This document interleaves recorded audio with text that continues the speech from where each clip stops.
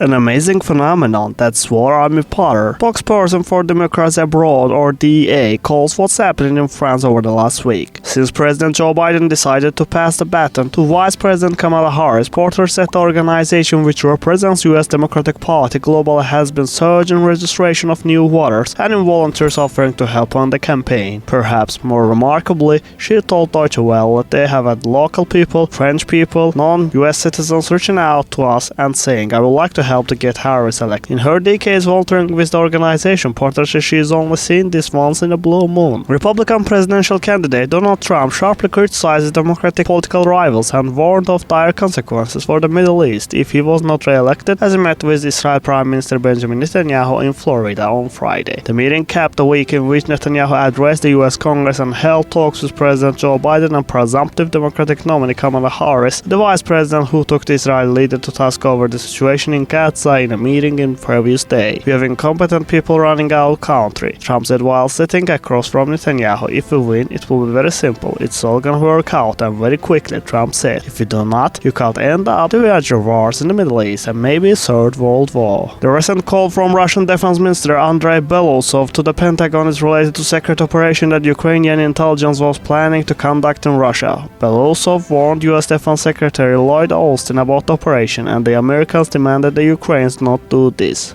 The New York Times writes about this, citing sources. Pentagon officials were surprised by the allegation and were unaware of any such plot, the newspaper reported. The newspaper claims that Ukraine does not always involve the United States in its operation. At the same time, some of them disappointed US officials because they failed to significantly improve Ukraine's position on the battlefield, but risk alienating European allies and widening the war. Indian Prime Minister Modi will visit Ukraine at the end of August, local TV channel Beyond reports. Several sources in Delhi's diplomatic circles have confirmed that a visit, which is still in the works, will take place in the third week of August, most likely on August 23rd. Japan's nuclear regulator blocks reactor restart due to seismic risks. The Japanese nuclear regulator barred an atomic reactor from going back online on Friday. Tsuruga 2 in Fukui Prefecture was deemed unfit for restart, citing the risk of fault moving directly below the reactor, NHQ broadcast reported. The reactor was mothballed in March 2011 in response to a powerful earthquake that triggers tsunami that caused meltdown at the now defunct Fukushima power plant. The nuclear safety authority determined the possibility remained of rupture being dragged into activity by some other seismic event in the future.